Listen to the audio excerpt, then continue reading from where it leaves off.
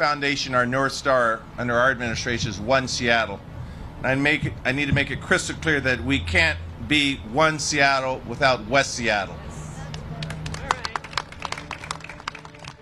Well, there's Seattle Mayor Bruce Harrell working in his One Seattle mantra once again to welcome West Seattle back after 900 plus days without the West Seattle Bridge.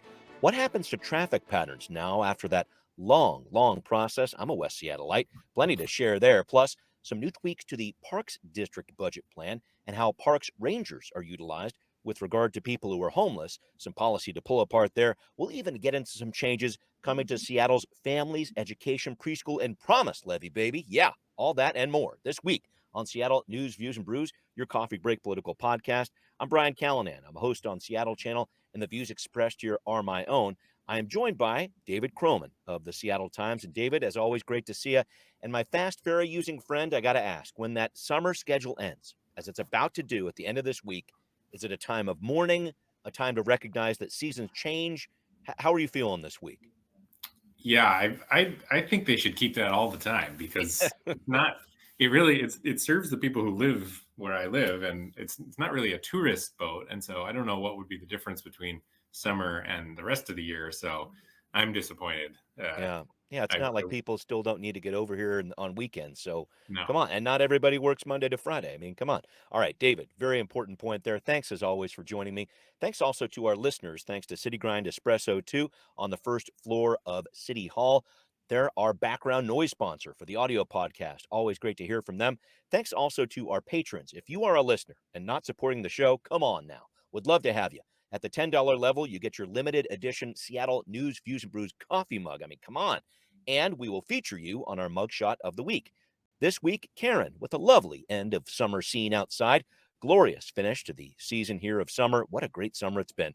Thank you for the photo. Thank you for your support, Karen. Patrons, email us at seattlenewsviewsandbrews@gmail.com with your mugshot too. Once again, if you listen, please become a patron. Seattle News, Views, and Brews on Patreon. Finally, thanks to Converge Media, the video of the podcast airs on Converge Wednesday nights at 7. We're going to get her going with right here, right now. So, folks, I always throw a bunch of information at David as we prepare for the podcast each week, and I wasn't sure what else to headline this segment other than it's just dang busy. So much stuff going on here, and a bunch of it we've been talking about over the past few weeks on the podcast, coming before the council for final approval or getting signed off by the mayor, city light increases, Seattle Film Commission, cannabis equity, appointing directors for different departments, the Third Avenue Vision Plan, and I think just after we put out this podcast, a big public safety announcement from Bruce Harrell might be the new police chief. We'll have to see there. But David, I always look at this time of year for the council just before the mayor's budget proposal comes out next week. This is the time to wrap up as many loose ends as possible before this onslaught of financial information comes in. Is that how you see it? Is that about right?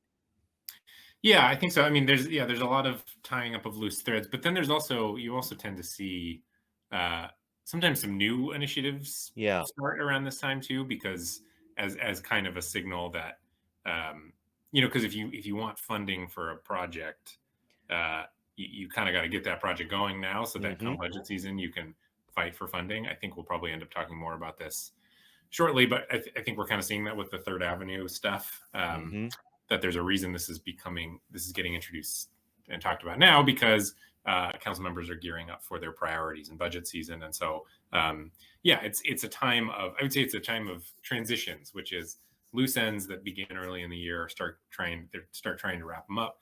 And then you start to see some signs of new projects as well that are going to need some money asks tied to them. Yeah, and I wanted to bring in one slight eyebrow raiser, for me at least, the appointment of a new director of the Office of Police Accountability. This is Gino Betts. The council's Public Safety Committee discussed this last week.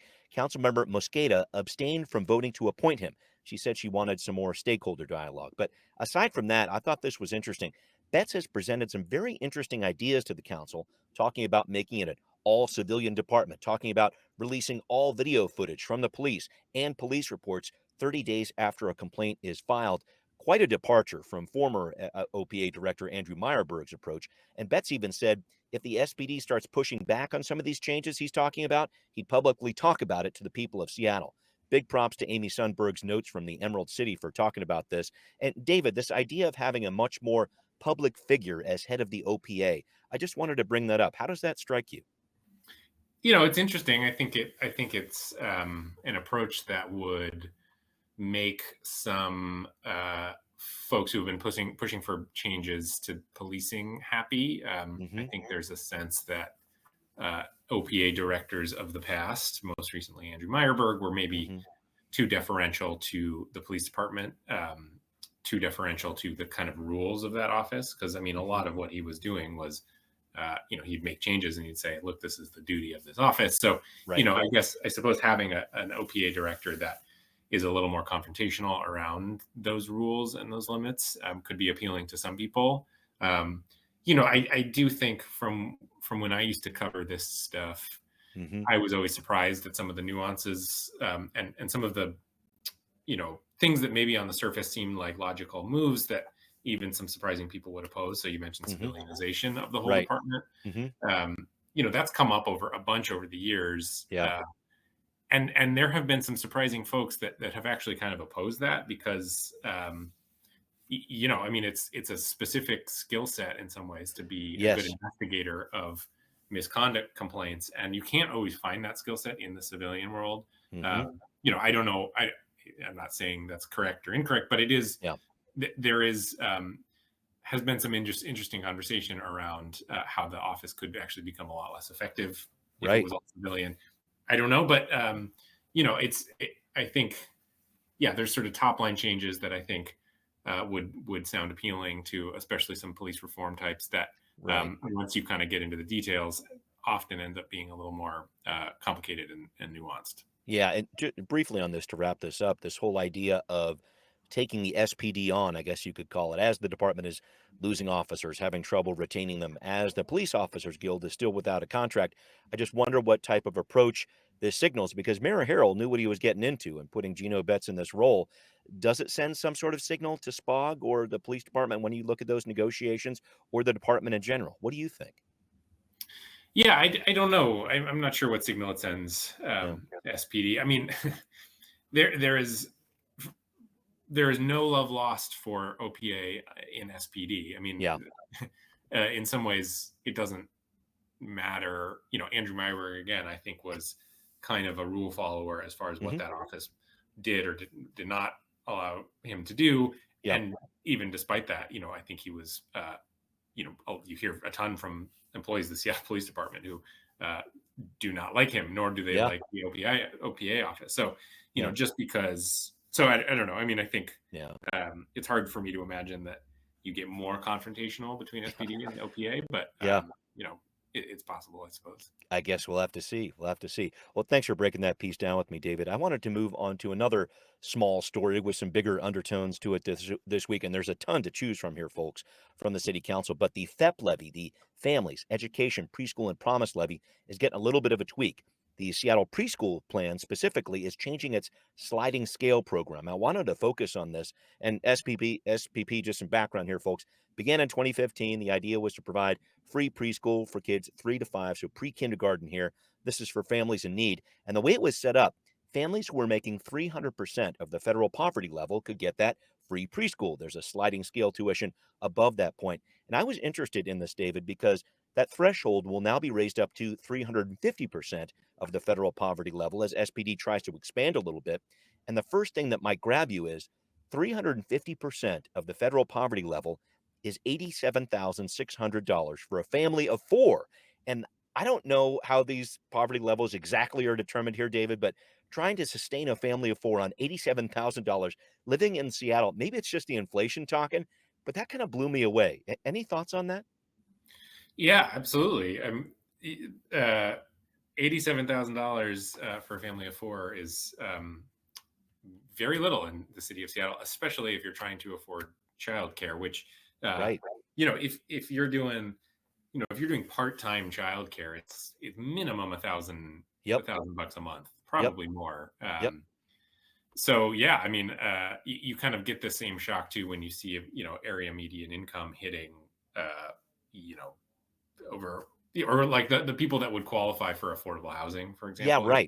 People making $70,000 a year are qualifying for this 80% AMI, and it's just kind of a signal of the numbers that maybe once upon a time sounded like a middle class salary just really doesn't Yeah. cut it in Seattle anymore. No, no, in terms of where people can live.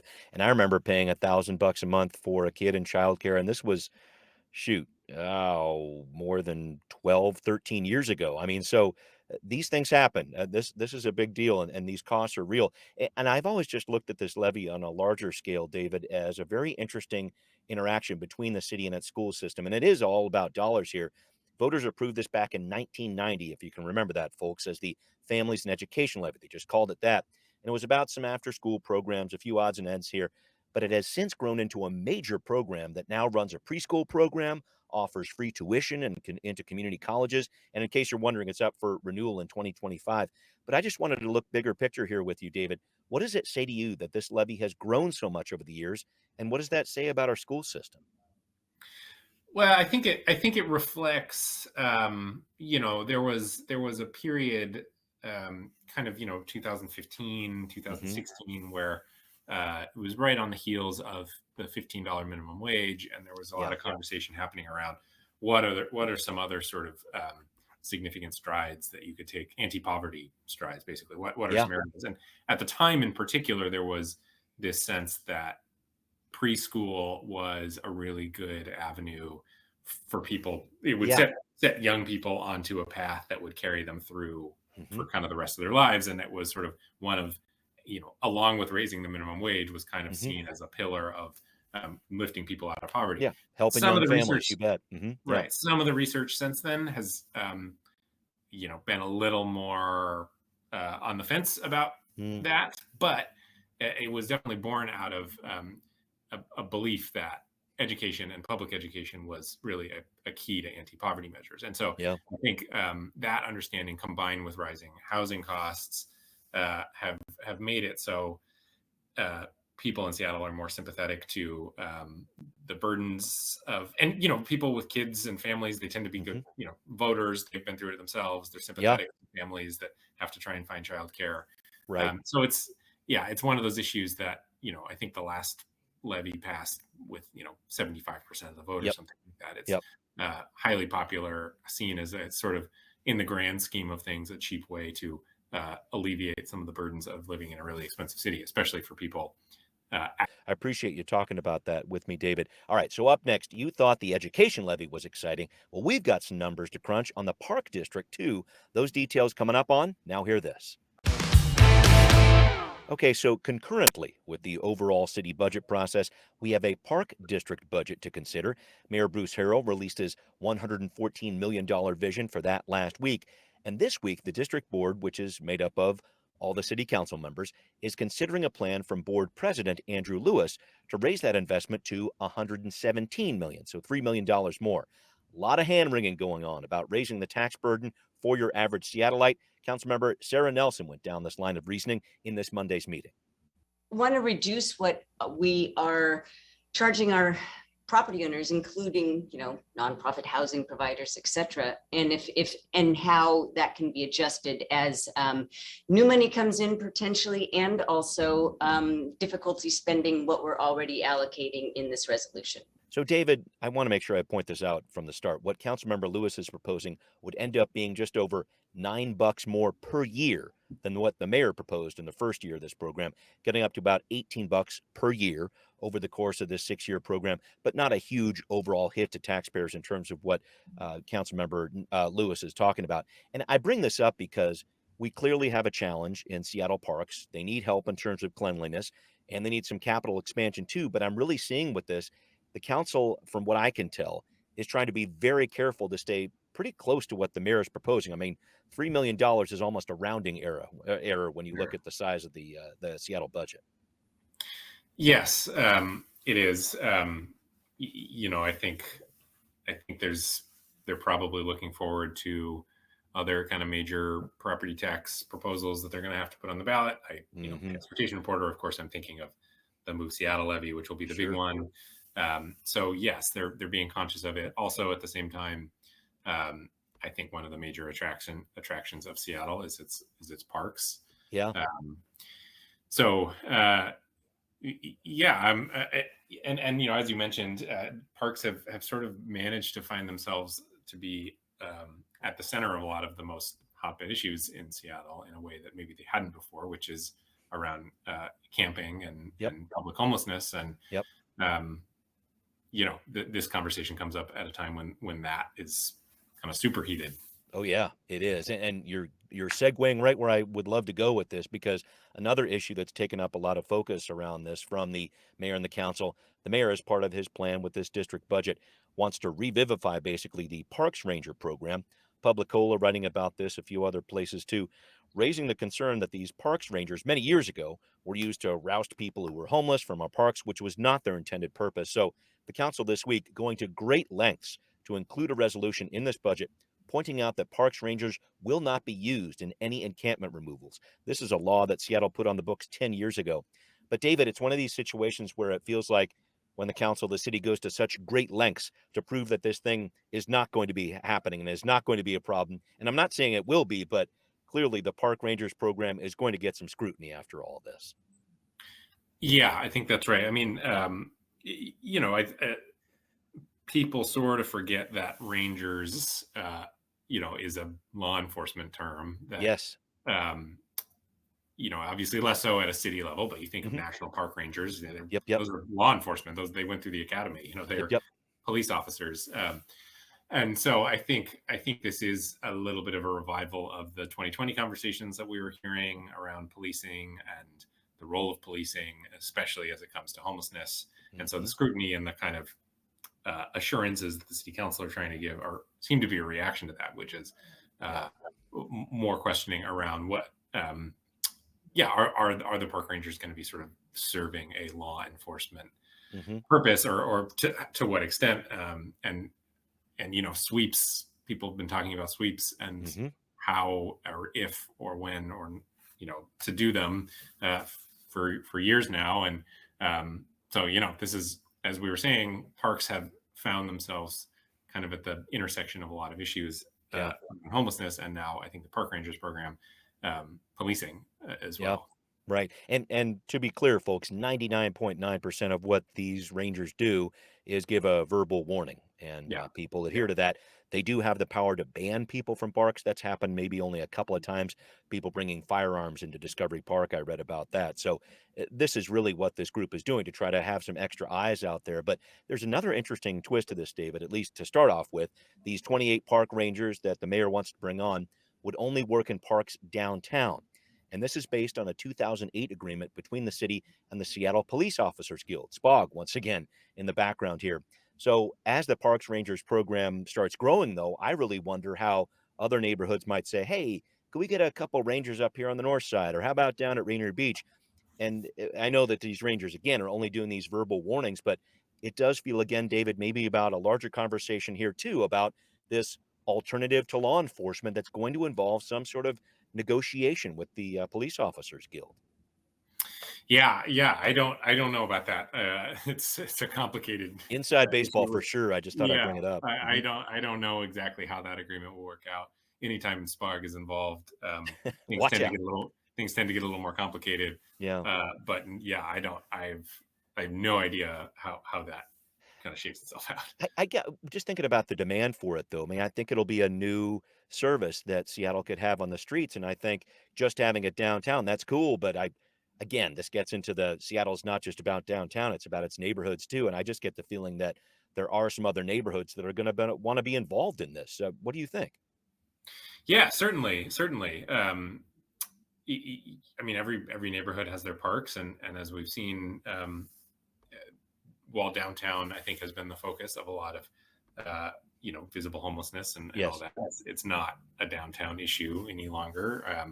In Ballard Commons, you think of that was a place where there were a lot of people camping. So, I mean, I think you're right. I think you're absolutely right. Yeah.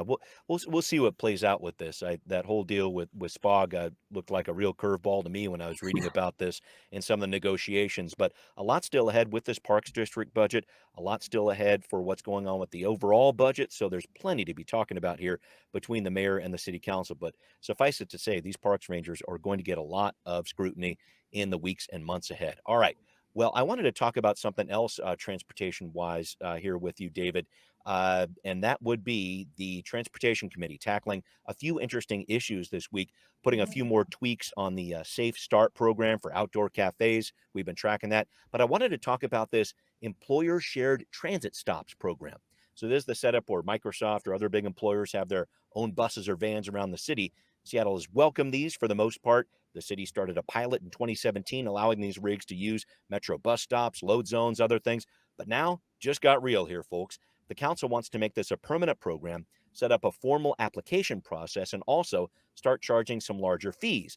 I'm seeing 3 of them in this proposal, David. A permit fee that was $300. That was a number set back in 2005. It's going to go to $600, tie it to inflation there. There's a new hourly staff fee of $300 an hour for load zone and shared stop reviews. So there's some work going on there. And an annual shared transit stop use fee of $5,000 per year per stop. I wanted to make sure I got all that info out there. And I know this is just in the committee period, David, but do you think big employers are going to push back on this? I was interested to see those dollar figures there.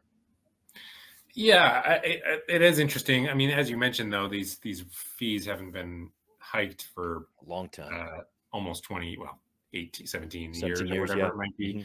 Mm-hmm. Obviously, inflation has gone much faster than that. I don't know what employers will do, but I think there is especially out of Microsoft, and you see Expedia shuttles and things like that. You hear from these companies talk about that they're motivated to not have as much parking and encourage their employees to find alternative ways of getting there. So, they might push back a little bit, but these shuttle programs, as far as I can tell, are pretty important to these companies, but really only work if they have kind of central gathering places where people can go. And, I mean, frankly, they really only work if they work sort of like a bus does. Yeah. Right. With that kind of regularity, for sure.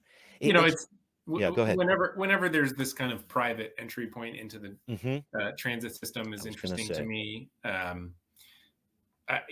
don't know that we've ever really seen a ton of backlash to that in Seattle. I know in San Francisco and stuff, you hear stories about people like egging the Google shuttles and things like that.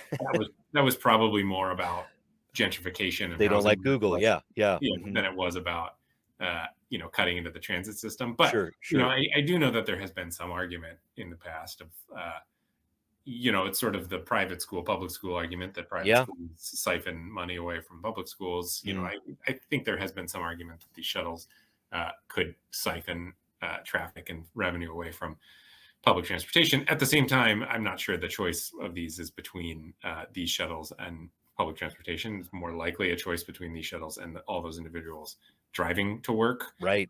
Which is why I think they have basically enjoyed fine support. Right. I mean, from the city and government. And I think really those shuttles were born out of frustration with some of these different public transportation options, not getting these employees where they wanted to go. So in a sense, I think you've got these different options that are helping our transportation system, at least in some way. And do you have a feel for that at all? How much these employer shared transit options make, like how much of an impact they actually make on the roads? I always see a ton of them out there. I'm seeing Expedia, Microsoft. I know Children's Hospital does one here in Seattle proper. Any thoughts about that? How big of an impact do these have? I don't know. I don't know the answer to that. I don't know how many are on the road at any given point, or how you would measure impact. That's part of this too. They don't have enough data on this. I think that's a big reason why Seattle's pushing the pause button here. I will be interested to see if there's some change. I mean, this is very long term, but some changes around, because you've got light rail going out to basically right by the Microsoft campus, and eventually, and emphasis on eventually, you would have a stop in Inner Bay near Expedia. Yep. So I think that will be kind of interesting to see if there is some changes around these shuttle programs when those stops open up. Of course, well, we're not too far off from the Microsoft one, but we're quite a ways off from the Expedia one. So that'll be interesting if the city or Sound Transit kind of pushes these companies to actually take advantage of these multi-billion-dollar transit facilities that are run right through their campuses. Yeah. that we're all paying for. Good observation. We will definitely be tracking what's happening there. And I know you're always on top of those issues, so much appreciated. We're going to keep talking transportation here because the West Seattle Bridge is finally open after 2.5 years of being shut down. How's that going to impact how we get around? We're going to talk about that and a whole lot more with David here on Transportation Talk. Well, David, you covered the reopening of the West Seattle Bridge after a 900-plus day closure over this past weekend. A bit of an emotional day for me. I live here, but I wanted to figure out what were the reactions you were seeing as you checked out that kind of flash mob video thing that was going on there with the bridge. There were some excited people out there. Well, thank you for tipping me off to that, and especially to our photo team who wanted to find some photos of people celebrating the bridge, but couldn't, of course, do that in advance of the bridge being open until we connected with these folks filming this video. Yeah, full disclosure, I gave David a tip about this. Keep going, man. Thank you. Well, I mean, you can speak to this better than I can because I'm not a West Seattle resident, but I think it's exactly what you'd expect, which is a sense of isolation that people have felt for the last 2.5 years, and now a major corridor has been reconnected. For me, the kind of, in some ways, the people who I heard the most relief from were not West Seattleites, but the people in Georgetown and South Park and Highland Park area where all those cars had been rerouted. And then, of course, anytime you're in traffic, car drivers look for shortcuts through neighborhoods and things like that. And a lot of concerns about safety there. So I think there's kind of a sigh of relief, particularly among these South Seattle neighborhoods that were consuming a lot of the detour traffic. So, I mean, it's, I think people also glommed onto it because I wouldn't call it a good news story because the bridge has been closed. Shouldn't have broken in the first place. A good daily for the day it was opening. It felt good for people, and people like feeling good at a time when that's maybe not always easy to do. So fair. And there was some congestion on the bridge on day 2, so don't worry about that. People are using it. Just briefly on that, do you have a feel for how this is going to impact traffic? I mean, this was, again, it timed out with the pandemic almost right on top of it. So it was difficult to tell about how it impacted things, at least immediately. But do you have a feel for now how adding this major piece of infrastructure, 100,000 people a day, were using it in its prime there? How is this going to impact traffic with the West Seattle Bridge reopening?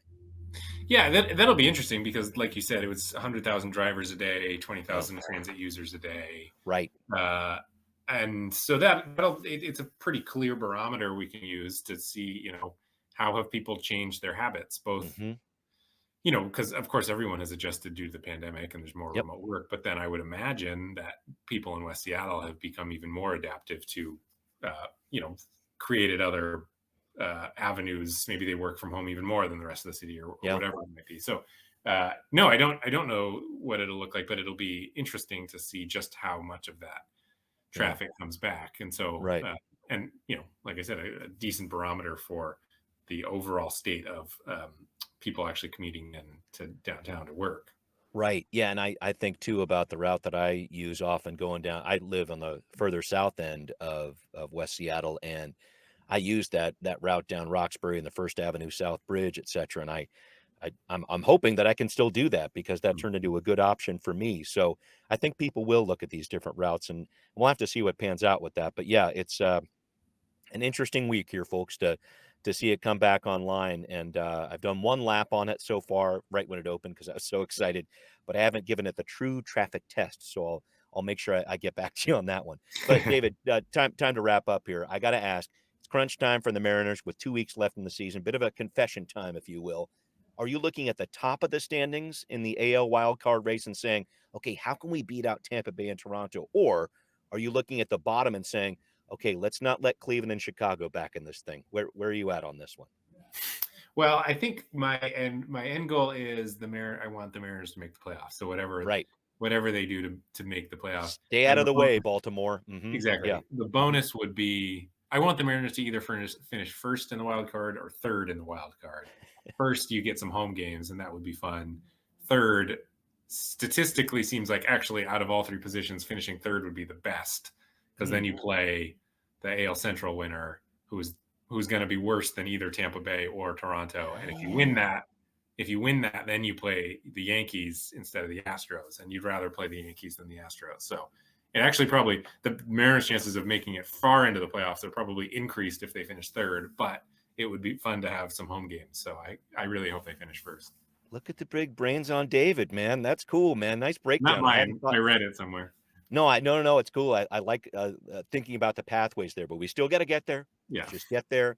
Give it another couple weeks, and we'll see what happens. David, as always, thank you for sharing with me and going over these important stories, including the Mariners. We're going to break that playoff drought this year, folks. I can't wait. Thanks to everybody listening out there. It's Seattle News, Views, and Brews, where you can always find out what's brewing in local politics.